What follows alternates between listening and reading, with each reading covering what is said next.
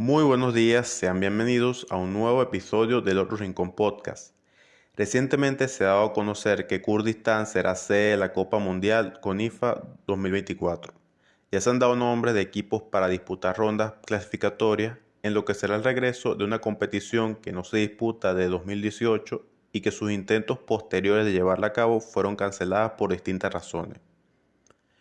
Ya hace unas semanas estuvo una comitiva de CONIFA realizando una visita técnica en el territorio. Esto con la intención de discutir potenciales planes de desarrollo futbolístico con la federación local y la viabilidad de realizar torneos allí.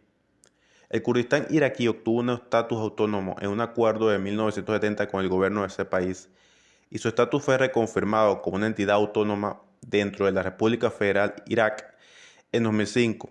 Es importante destacar que esta comprende las 4 gobernaciones de mayoría kurda, que son Dohuk, Erbil, Halabja y Sulaimania, y su selección y equipo y asociación de fútbol, fundados en 2006 y a pesar de tener el nombre de Kurdistán, solo representan al Kurdistán iraquí como tal, englobando casi la mitad de su territorio. Si lo extrapolamos a un aspecto geopolítico completo, tocaría ubicarla al norte de Oriente Próximo e incluir a partes de Siria, Turquía e Irán, lo que daría casi el tamaño de países como Zimbabue o Paraguay, por ejemplo. En total hay alrededor de 35 a 40 millones de kurdos, el cuarto grupo étnico más grande de la región y cuya mayor parte profesa el Islam. Han tenido una historia sumamente complicada.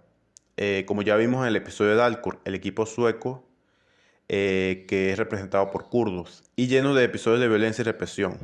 Es una nación sin Estado y el camino ha sido difícil para un pueblo que llegó a asentarse a Anatolia en torno al siglo X a.C. y que en el siglo pasado tuvo una historia sumamente movida y donde comenzaron a considerar la creación de una patria.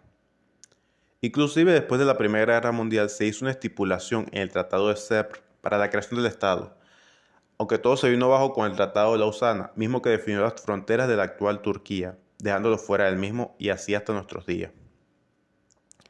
La Selección Nacional de Kurdistán ha participado en varios torneos internacionales. Electo miembro de NF Board en 2008, la organización que antecedió a CONIFA en la tarea de albergar territorios, minorías y estados que no forman parte de FIFA, su debut se dio ese mismo año en la Copa Mundial Viva, en la que finalizó cuarto. En las siguientes ediciones fue finalista, perdiendo los partidos definitivos en 2009 y 2010 ante Padania.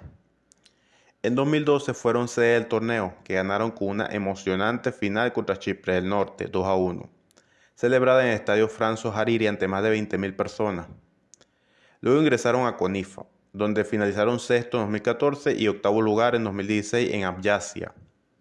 En aquel 2012 disputaron un campeonato lo más singular.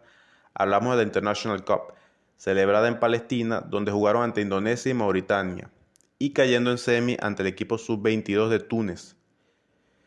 El grueso de su plantel lo conforman jugadores de equipos de territorios kurdos como Erbil o Duko, y que juegan en la Liga iraquí, aunque a lo largo de los años han tenido seleccionados del campeonato armenio, donde de hecho hay un pequeño enclave kurdo, Alemania, Turquía, Irán o Francia. Veremos qué nos depara este torneo y el mundo FIFA en general. Muchas gracias.